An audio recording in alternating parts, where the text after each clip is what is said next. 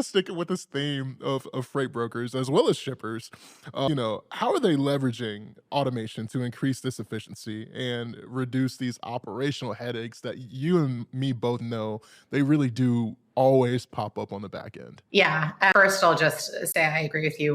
Before I came to Transfix, I had worked at a different brokerage where things were a bit more traditional. Transfix was a bit cutting edge. And I remember just coming in and seeing kind of all the automation that they had applied to a lot of these more mundane tasks or a lot of the stuff that took you out of your time with the shipper. And I was equally as excited when hearing about it for the first time.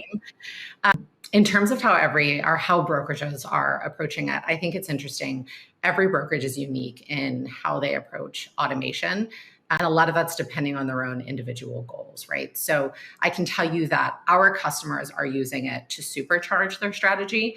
They want to increase their win rates. They want to land more loads. They want to also get more profitable freight. They want to kind of cut that margin degradation so they have an understand of where that is. And so on the automation side, we're seeing like what I talked about previously with the process of an RFP.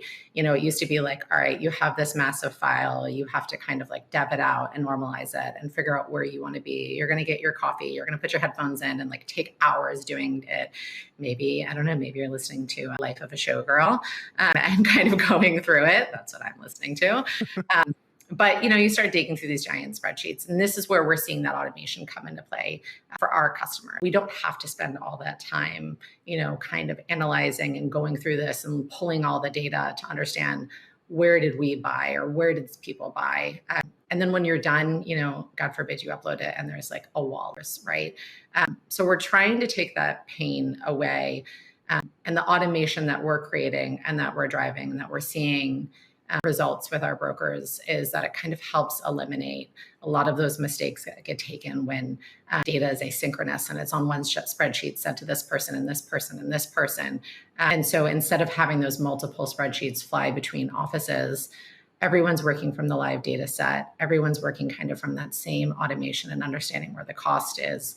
And it's really about simplifying the process so that brokers can focus less on all of that cleanup and all of that kind of like combining of ideas and opinions and more on strategy and how to win the freight.